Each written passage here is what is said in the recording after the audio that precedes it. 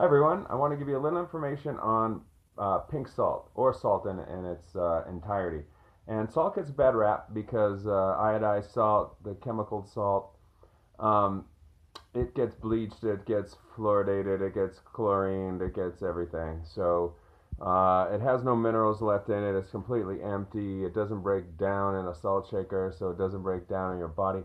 So avoid that like the plague. And if you do eat out at restaurants, make sure you eat out at good restaurants that use a decent type of sea salt.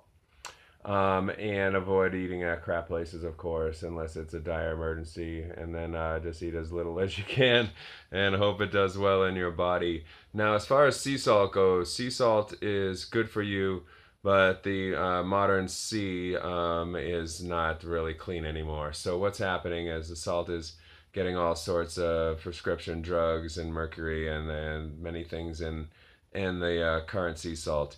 But what you want to look for is the ancient sea salt, which is pink salt, and that is either coming from generally the Himalayas, which is Pakistan is exporting most of that, and then there's also Peruvian and Bolivian salt in the Andes, which is a pink salt. I think it's called pink rose. You might find both of these salts are fantastic. They don't have any of the modern chemicals, pollutants, anything like that. If you can get it in its pure form, of course, do. They also make Himalayan salt lamps, which is a light bulb inside a big block of salt, which basically vaporizes the air, iodizes it, it cleans the air, everything.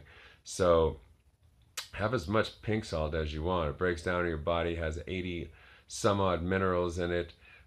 Pink salt has 20 times more minerals than regular sea salt without all the pollutants.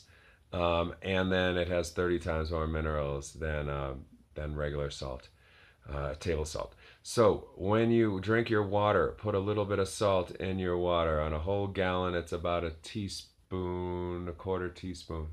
I think it's about a quarter teaspoon per gallon. It's very little. There's a good video on YouTube called The Saltwater Miracle. I'm pretty sure it's The Saltwater Miracle, but it's a lady in Australia who talks about adding salt to the water, and it's about an hour long video. It's a good research documentary type video. Good explanations. She talks a lot about Celtic sea salt. She likes it more than Himalayan, but I would go with the Himalayan, go with the pink. Sometimes Celtic sea salt is modern salt. So, anyways, that's it for salt. Get as much pink salt in you as you like. Your body will sweat it out. It'll break down. The minerals are great for you.